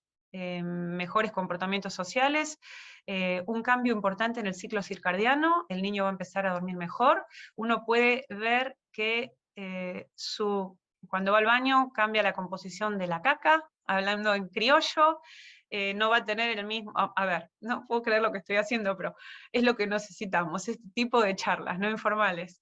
Yo veía comida entera en la caca de mi hijo, y su caca era color cal, y eso tiene una explicación porque las paredes forman como, al no absorber los nutrientes, lo que uno hace tiene otra tonalidad, eso lo va a explicar en el libro, ¿sí?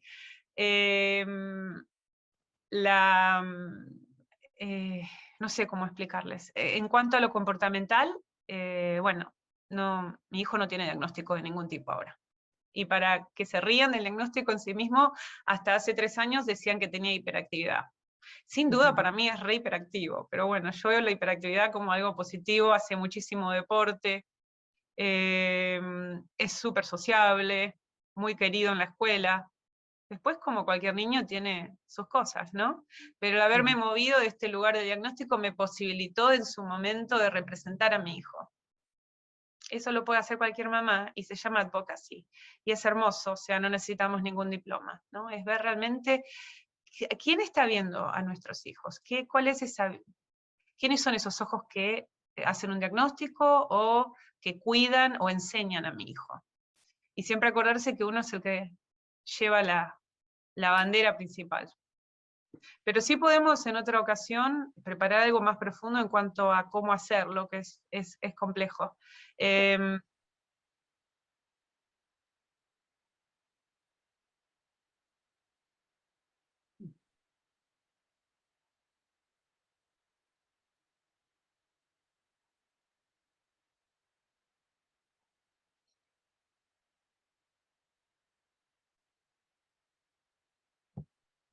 Reflexiones, pensamientos, preguntas, sobre todo de quizás de personas que no hayan podido hasta ahora participar, que les gustaría compartir algo.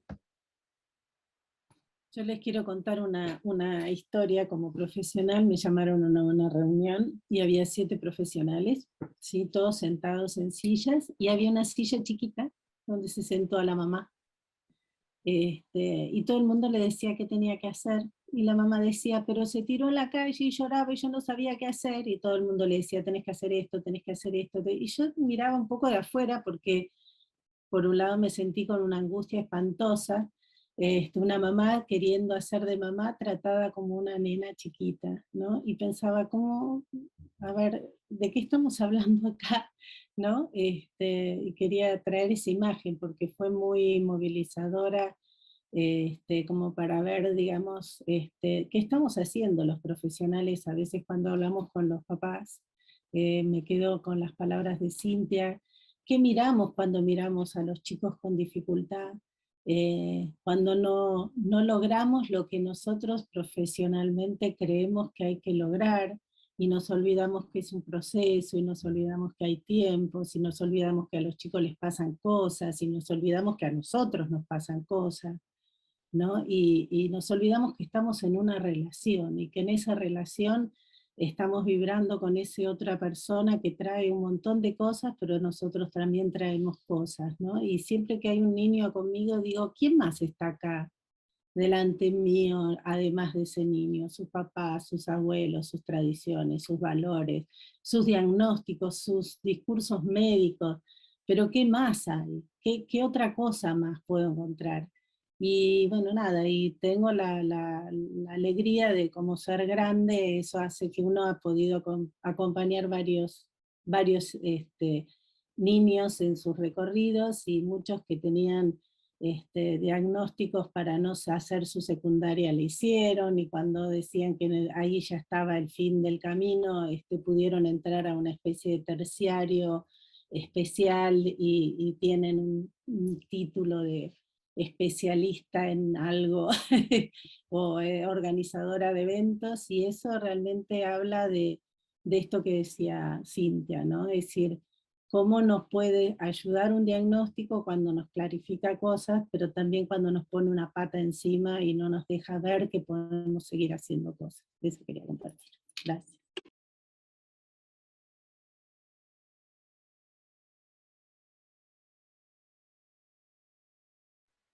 yo quería agregar un libro más que cuando me puse en contacto con esto de la alimentación, bueno, estoy en un grupo estudiando Kabbalah y ahí me encontré con una mamá de Misiones de acá de Argentina que ya había hecho todo el recorrido de la alimentación con su hijo y también ella habla de una reversión del diagnóstico completa. Y el libro que ella me recomendó, además de este, CAPS, que decía Cintia, es otro que se llama Cerebro de Pan, que es de David Perlmutter y de Christine Lover, y habla de justamente los efectos del trigo, de los carbohidratos y del azúcar en el cerebro de cualquier persona, ¿no? No solo de los diagnosticados con autismo.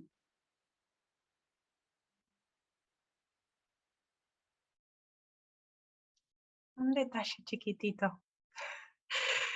Ustedes saben que, bueno, trabajo con refugiados, esa es mi realidad, y con jóvenes de riesgo en África, pero les quería contar algo interesante, que explica un poco esto de por qué tantos casos. Y esto no es aplicable a todos los niños con diagnósticos de algún tipo. Estoy diciendo con estos que están ahí como at the very end of the spectrum, ¿no? Estos que están ahí que no sabemos que tienen, es algo comportamental, y bueno, los ponemos acá. Los niños que llegan de países muy, muy, muy pobres, ¿sí? Por lo general, donde sus padres cocinan sus comidas y donde usan sus mismos crops, sus trigos, suelen llegar, al menos a los Estados Unidos, con una constitución del estómago que es mucho más rica que la que tenemos acá. ¿Sí? Hablo de Estados Unidos porque es donde estoy yo. Lo interesante es que estos niños, al vivir después de 5 años, pierden en un país desarrollado, con la nueva dieta procesada, lo que ya sabemos como las comidas rápidas, etc., esta riqueza de este human biome, de esta composición estomacal que traían de sus países originarios. Con esto les dejo la duda, ¿no? ¿Por qué? Solo como para contarles esto y la importancia de comer de forma natural, sin procesar, si es posible orgánico.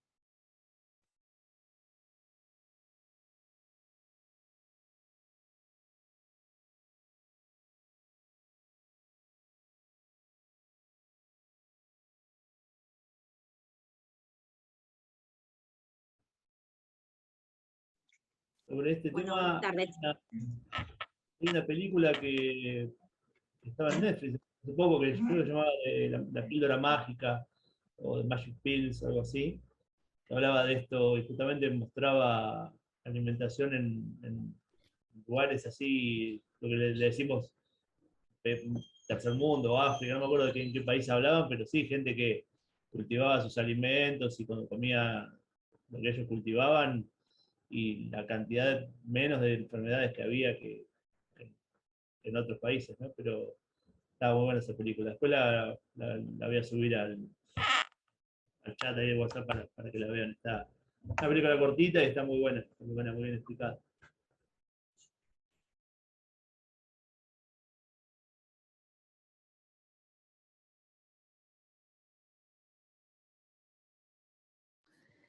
Yo me preguntaba,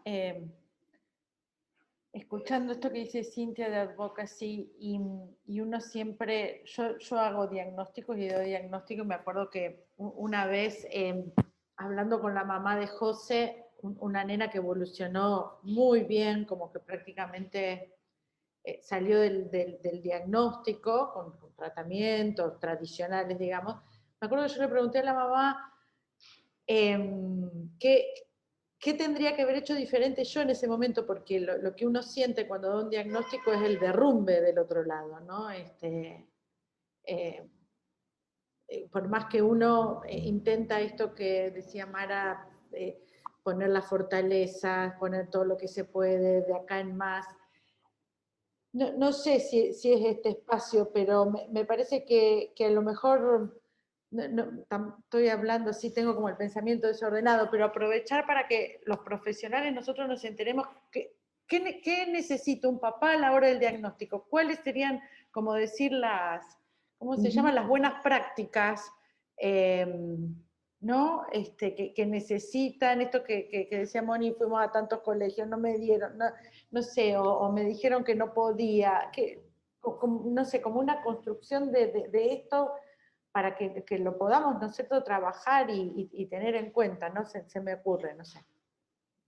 Me quedé enganchada con lo que acabas de decir, porque vos decís, se le fue el diagnóstico, desapareció el diagnóstico, ¿no? Cuando se supone que uno tiene la imagen o la supuesta teoría de que el diagnóstico es algo que es la verdad, ¿no? Entonces digo, ¿con dónde se fue? Y pensaba en la palabra dinamismo, ¿no? Si pensamos en que el diagnóstico en realidad simplemente esto que decía Cintia hablaba de una foto, ¿no? Y digamos, a mí siempre me pasa que siempre digo, yo no le pongo techo a ningún chico, no sé qué es esto. Digo, por ahí si les sirve les puedo contar que a lo mejor cuando tiene que hacer tal cosa hace tal otra, es decir, hacer un diagnóstico más que definitorio procesual, ¿no? Es decir, en este proceso le pasa tal cosa, y cuando quiere hacer tal cosa, ¿no? Es decir, pensaba en eso. Porque no, si no esto de que los diagnósticos pueden ser tranquilizadores, pero también pueden ser un obstáculo, ¿no? Y qué hacer con esto de que el diagnóstico no permita ver lo que hay detrás, o sea, ese chico que está ahí, que tiene un montón de posibilidades. Y pensaba cuando a uno lo llaman y le dicen, bueno, es un chico con un diagnóstico de TEA, ¿no? Y yo no vi ningún chico que sea igual al otro con esos diagnósticos, ¿no? Es decir, para mí son todos distintos. Entonces digo, si pensamos que el diagnóstico en realidad trata de encasillar, bueno, ¿dónde está la casilla? ¿Cómo rompo esa casilla y busco otras cosas? Me quedé pensando en todo eso, en lo que vos decías, María Mercedes, que bueno, nada, interesante. Gracias. Sí, pensando también en María Mercedes, es interesante ver y difícil, ¿no?, de cumplir esto de tener que hacer un trabajo, hacer un diagnóstico y, bueno, después de una conversación como estas, pensar cuán cuidadosos tenemos que ser con las palabras que elegimos para describir a esa persona, o cómo focalizarnos en las fortalezas un 70% y un 30% en las cosas que serían las debilidades. La historia del diagnóstico en sí misma muestra una historia de focalizarse en el déficit, ¿no?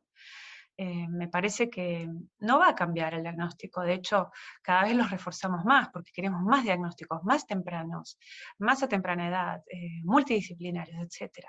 Pero esto no deja de ser un lenguaje técnico, un jargón, algo que nosotros desarrollamos para comunicarnos con otros médicos, que es necesario que esté ahí. El tema es dejarlo con esta posibilidad de redefinición, y que en esta redefinición estén las diferentes voces presentes, como la de un padre. Vos me podés decir, ¿qué tiene que ver un padre si yo estoy pidiendo una obra social que me cubra un tratamiento, ¿no?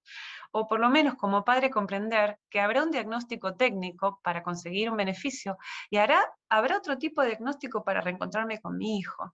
A mí me encanta la filosofía y amé en su momento a Wittgenstein, que habla de la duda. Yo prefiero convivir con la duda a saber que hay un diagnóstico que me dice quién mi hijo es. No sé. Y esto igual es más una experiencia como profesional que esta experiencia que tuve yo con mi hijo, que de hecho, gracias a Dios, no tiene diagnóstico ninguno, sí tiene terribles problemas de absorción de nutrientes, los sigo teniendo el día de hoy, y redefinir mi historia también, porque a través de este encuentro con la dieta yo me di cuenta que en realidad tenía una pésima digestión y problemas de salud que también tenían relación con mi experiencia con el cáncer, con lo cual nadie se va a nadie le va a hacer daño repensar esto por lo menos, o ir sacando de a poco, ¿no? Esto de por lo menos tal vez empezar con el gluten, ¿no? O explorar disminuir el consumo de gluten. Alejandra, me parece que vos querías decir algo, ¿puede ser antes? Sí, ¿cómo están? Buenas tardes. Bueno, yo, como decía Karina Batoglia, trabajo en el INDIPAM de Lomas de Zamora, soy mamá de Facundo, que tiene 18 años, con autismo y con una epilepsia que es el síndrome de Dravet.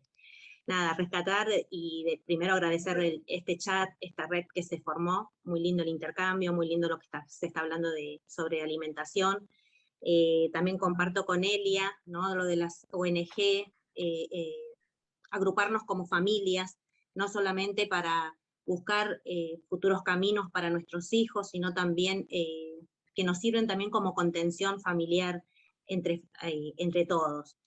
Podernos ayudar, podernos decirnos esto me sirvió, esto no me sirvió, acompañarnos, saber que pasamos malas noches, que tenemos malos días, como también tenemos muy buenos y muy lindos, que el autismo nos da esto, ¿no? De estas grandes vivencias y de ver lo mejor de nuestros hijos.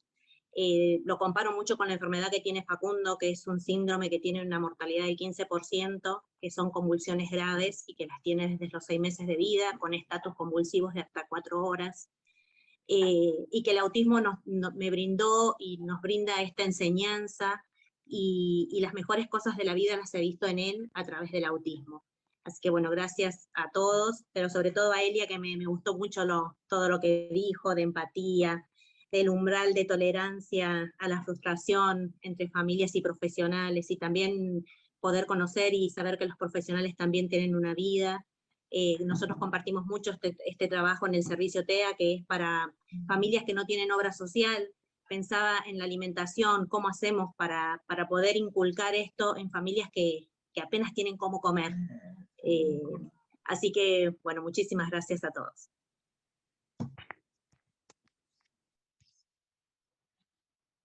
Gracias, me encanta conocer personas como tú.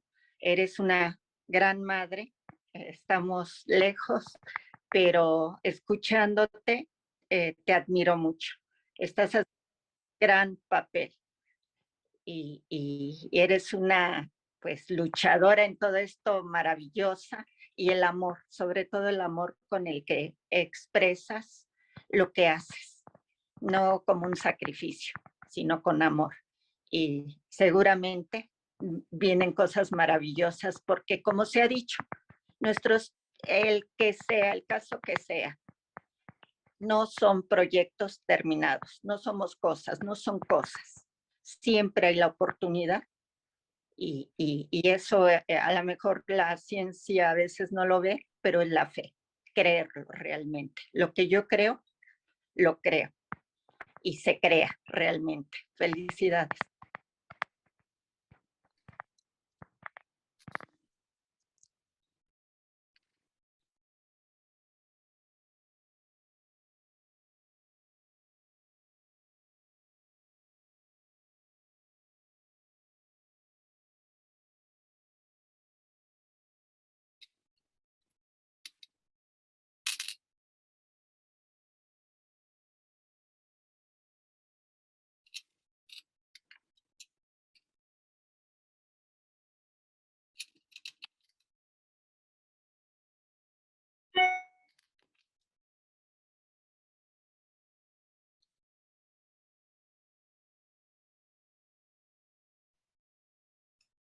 Últimos 5 minutos, podemos hablar sobre nuestro próximo encuentro, temas que nos gustaría desarrollar, a quiénes les gustaría desarrollar qué temas, por ejemplo, después lo seguimos en el chat, o una idea final, un pensamiento final.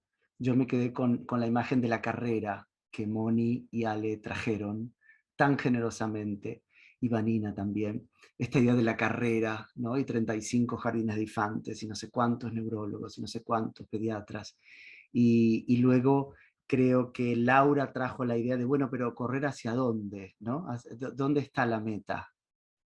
Y luego Cintia hablaba del reencuentro con su hijo, ¿no? Esta idea de carrera, de ir hacia dónde, de dirección, de encuentro, y cómo de alguna manera podemos establecer estos puentes familiares, profesionales, personas que tenemos ese doble rol de familiar barra profesional, ¿no? Como muchas de ustedes que han creado sus propias asociaciones y sus propios proyectos tan inspiradores.